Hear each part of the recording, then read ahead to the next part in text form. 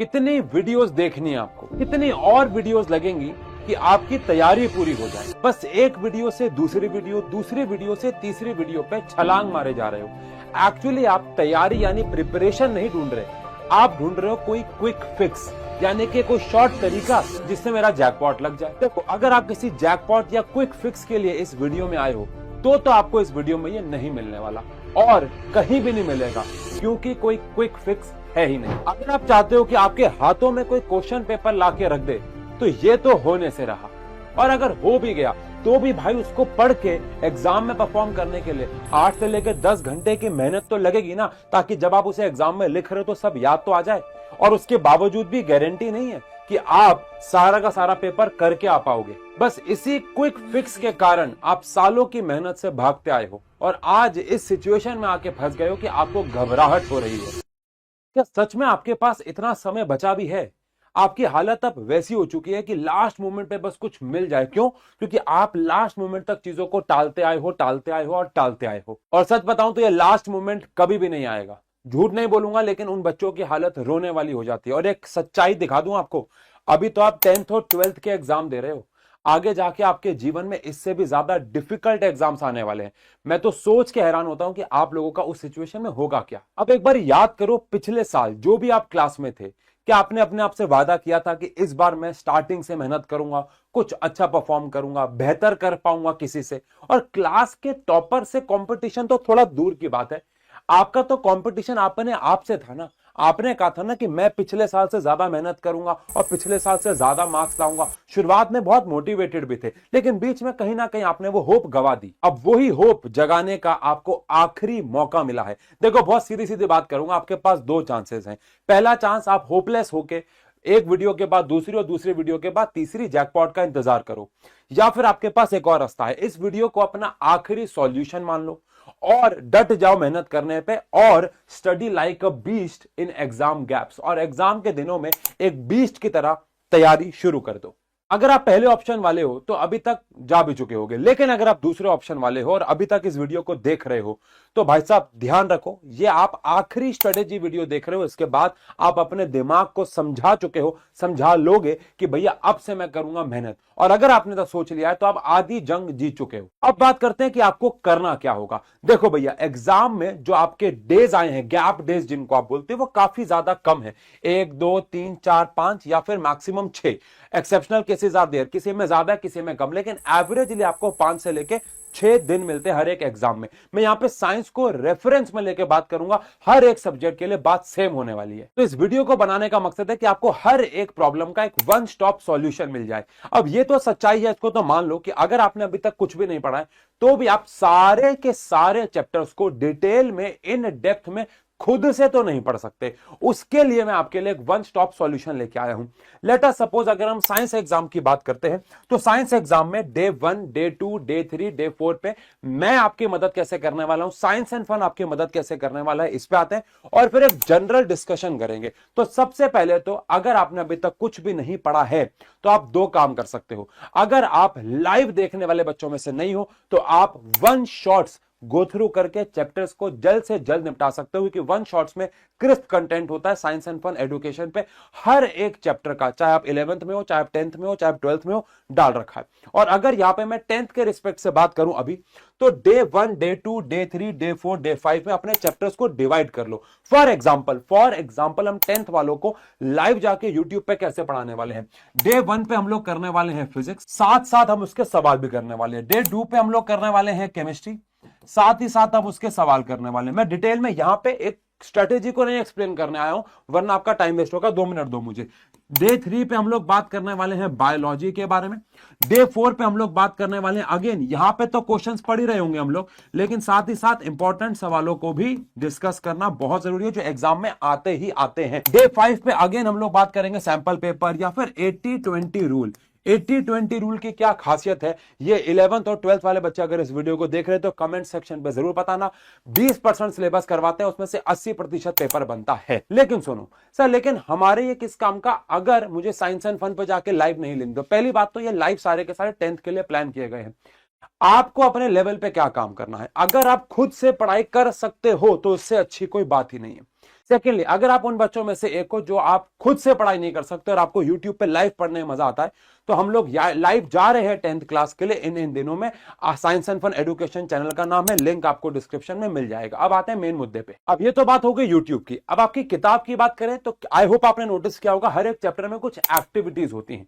उन एक्टिविटीज पे क्या काम करना है? देखो, अगर आपने अपनी सारी पढ़ाई ईमानदारी से कर ली है तो फिर आपको एक्टिविटीज पे आना है, और एक्टिविटीज पढ़ के आपको क्वेश्चन के आंसर खुद से देने, इससे आपकी अंडरस्टैंडिंग डेवलप होगी। एक्टिविटीज के ऊपर भी 10th क्लास में एक डेडिकेटेड लेक्चर डाल दिया है, या डालने वाले होंगे 1-2 दिन में। पेपर साइंस के एग्जाम के दिनों में डालेंगे, वो भी आप जाके चेक कर सकते हो। लेकिन अगर आप 11th या 12th में हो तो हर एक चैप्टर की एक्टिविटी को गो थ्रू करो, और एक्टिविटी में पूछे गए सवालों को खुद से आंसर करो। और जब आपको लगे कि आपका पूरा का पूरा सिलेबस हो चुका है, उसके बाद आपको जाना है सैंपल पेपर्स के ऊपर। आप सैंपल पेपर्स बनाना शुरू करोगे। सैंपल पेपर्स कैसे बनाओगे भैया? सैंपल पेपर कभी भी 100% सिलेबस के बाद नहीं बनाना है।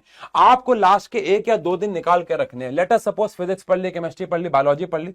अब आप पूरे हफ्ते, पूरे दिन में इंपॉर्टेंट क्वेश्चंस तो नहीं बना रहे होगे, तो यहां पे आप सैंपल पेपर बना सकते हो लास्ट के 1 या 2 दिन में। पहले दिन में सैंपल पेपर मत बनाना। आप में से कुछ बच्चे इतनी बड़ी गलती करते हैं, फोमो में आके सैंपल पेपर पे सीधा आ जाते हैं। सैंपल पेपर कब कब बनाने हैं? जब आपका 70% सिलेबस हो जाए। एक तो 100% सिलेबस का इंतजार नहीं करना है। जैसे 70-80% सिलेबस हो जाए, आपको सैंपल पेपर बनाना शुरू कर देना होगा, जो कि मैं चाहूंगा कि डे 4 और डे 5 में बनाओगे। आप कम से कम 2 या 3 सैंपल पेपर तो आपको टाइमर लगा के बनाने ही। अब अगर आपने मेरी पिछली वीडियोस देखी होंगी तो हमने दिन को 3 समय में डिवाइड किया था। एक था हमारे पास मॉर्निंग का टाइम, तो मॉर्निंग के टाइम पे आप लोग अपनी सारी पढ़ाई करोगे, इसलिए हमारी सारी की सारी लाइव यूट्यूब पे मॉर्निंग में ही होने वाली है। फिर शाम के समय पे आपने जो पढ़ा है उसकी रिवीजन करने वाले हो आप। लेकिन ध्यान रहे, वो रिवीजन ऐसे नहीं करनी है आपको कि भैया आपने फिर से किताब खोल ली, नहीं। अब कई बच्चे रिवीजन के लिए दोबारा से वीडियोस देखते हैं, ये बहुत गलत तरीका है। रिवीजन के लिए आपको जो भी आपके पास नोट्स आपने बनाए हैं पूरे साल में, उनको गो थ्रू करना है। नोट्स नहीं बनाए आपने तो जो पीपीटी, कहीं से भी अगर आप वन शॉट देख रहे हो, लाइव लेक्चर्स देख रहे हो, उनकी पीपीटी होगी या टेलीग्राम पे आती होगी, कहीं भी आती होगी, उसको डाउनलोड करना है और रिवीजन आपको वहां से करनी है। अगर खुद के बनाए हुए नोट्स हैं तो इससे अच्छा कुछ भी नहीं है। लेकिन खुद के बनाए हुए नोट्स नहीं है तो जिस भी टीचर से आप पढ़ रहे हो, let's say science and fun से पढ़ रहे हो, तो टेलीग्राम पे जो पीपीटी डाली जाती है, रिवीजन आपको वहां से करनी होगी। और दिन का, चाहे डे 1 हो, 2 हो, 3 हो, 4 हो, डे का जो एंड है, जहां पे आपका दिन एंड होगा, वहां पे आपको एक शॉर्ट समरी लिखनी होगी। मुझे पता है इसमें आपको कम से कम आधा घंटा लग सकता है, लेकिन मार्क माय वर्ड्स, ये आपके लिए वर्थ होगा। आधे घंटे में आपको जितना भी आपने आज पढ़ा उसकी आपको शॉर्ट समरी लिखनी होगी। चाहे आप उसे फ्लो चार्ट में लिखो, चाहे आप उसे कैसे भी लिखो, लेकिन शॉर्ट में समराइज करो कि आपने आज क्या क्या पढ़ा, उसमें क्या क्या टॉपिक्स आए। लेट्स से ओम्स लॉ का फॉर्मूला क्या है, फॉर्मूला का ग्राफ क्या आया, रेजिस्टेंस, उसके फैक्टर्स क्या है। एंड लास्ट बात जिस पे मैं बात करना चाहूंगा, बेटा देखो ध्यान से सुनने वाली बात है। आपको इस वक्त उन चीजों पे ज्यादा फोकस करना है जो ज्यादा इंपॉर्टेंट है आपके लिए। जैसे कि एग्जांपल के तौर पे हो गया 80-20 रूल, या फिर मोस्ट इंपॉर्टेंट क्वेश्चन। लेकिन मैं ये कहना चाहता हूं कि एग्जाम के दिनों में आपका समय बहुत कीमती होगा, तो इसीलिए उस टीचर से पढ़ना बहुत जरूरी होने वाला है। मैं तो कहूंगा खुद से पढ़ो। आपने पूरे साल में इतना एक्सपीरियंस इकट्ठा कर लिया होगा बेटा, आपको खुद पता है क्या इंपॉर्टेंट है क्या नहीं। लेकिन फिर भी आपको उस जगह पे जाना है जहां पे आपको एक्सपीरियंस मिलेगा। अब अगेन मैं अपनी वीडियो में तो अपनी ही तारीफ करूंगा, ये तो कॉमन सेंस की बात है, लेकिन मैं 16 साल से पढ़ा रहा हूं। उशांक सर, रीमा मैम 10-12 साल, उशांक सर को 18 साल हो गए पढ़ाते हुए। इस एक्सपीरियंस से हम लोगों को समझ में आता है कि यार एग्जाम के दिनों में ये करने से सबसे ज्यादा बच्चे का भला होगा। पढ़ाते सब कुछ है भाई साहब, 8-8, 9-9 घंटे में फिजिक्स पढ़ाई है पूरी पेपरों के दिनों में। इस साल भी ऐसे ही हो रहा है और होगा, पता नहीं आप ये वीडियो कब देख रहे हो। लेकिन पॉइंट क्या है, चाहे 12th क्लास हो चाहे 10th क्लास को, पॉइंट ये है कि उस दौरान ये बताना कि ये भाई साहब गुलाब वाला क्वेश्चन है, ये आपके एग्जाम में आएगा, ये बहुत जरूरी है। एंड लास्ट दिन 80-20 रूल सुप्रीमेसी, जाके पूछो अपने सीनियर से, आपको समझ में आ जाएगा। द ओनली पॉइंट इज आपको उन चीजों पे ज्यादा फोकस करना है जो आपके एग्जाम में सबसे ज्यादा आती हैं। आपको यहां पे फोकस सबसे ज्यादा करना होगा। और जब आप ऐसे टीचर्स के साथ पढ़ोगे जहां पे आपको कॉन्फिडेंस बिल्ड होगा कि ये पेपर में आएगा ही आएगा, अरे ये तो बड़ा आसान है, अरे इसके मैंने 50 क्वेश्चन बना लिए, अरे अगर मैंने इसके 10 क्वेश्चन बना लिए, अब मैं इससे ज्यादा क्या ही गलती करूंगा, तो आपको कॉन्फिडेंस बिल्ड होगा। और कहीं पे भी नेगेटिव फील कर रहे हो तो प्लीज प्लीज प्लीज ध्यान रखना, मैंने हमेशा से बताया है कि अगर ये आपका जीवन है तो ये आपका बोर्ड का एग्जाम है बेटा। आप बस इस पे ध्यान दो कि आपको अपना 100% एफर्ट कैसे देना है। बाद में क्या होता है ये इररिस्पेक्टिव है, आपको अपना 100% एफर्ट देना है। आज मुझे हंसी आती है सोच के कि मैं जब अपने 10th के एग्जाम में था तो मैं कितना स्ट्रेस लेता था। आज मुझे सच में हंसी आती है और आपको भी आएगी।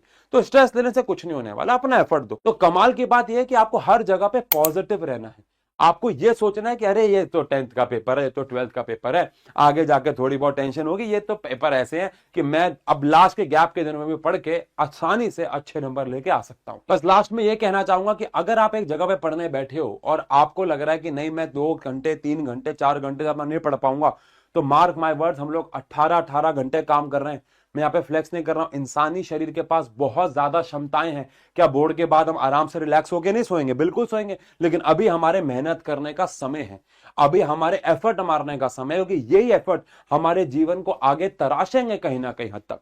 इतना बताओ तो बस खत्म करूंगा इस वीडियो को। आपके पास गहरी क्षमताएं हैं और आप उस गहरी क्षमताओं से अपने जीवन में बहुत कुछ अचीव करोगे, और ये बोर्ड का एग्जाम उसका 1% है। सभी को आपके एग्जाम्स के लिए बेस्ट ऑफ लक। अपने डेज को प्लान करो। टाइम टेबल वाली वीडियो में पूरा तरीके से समझा रखा कि कैसे डेज को प्लान करना होता है, और अपने हिस्से को डिवाइड करो। मॉर्निंग में पढ़ाई करो, उसके बाद नाइट में रिवीजन करो, सेल्फ रिवीजन करो।